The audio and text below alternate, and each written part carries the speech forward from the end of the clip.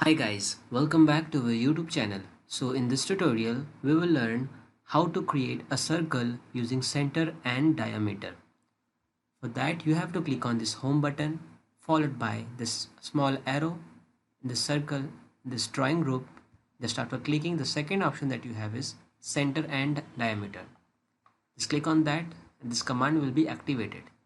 As you can see here, it's written circle, specify the center point for the circle.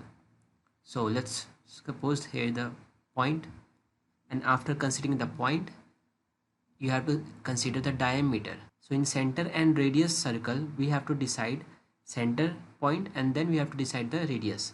But here you can see this yellow dotted line, the diameter of the circle. So you have to enter the diameter. Let's suppose I'm writing 10 feet.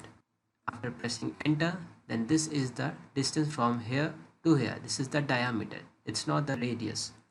Similarly, if you see again, if I click center radius and again if I select here, now this time if I select 5 feet 5 inch, after pressing enter, then you can see in the same center the two circles created.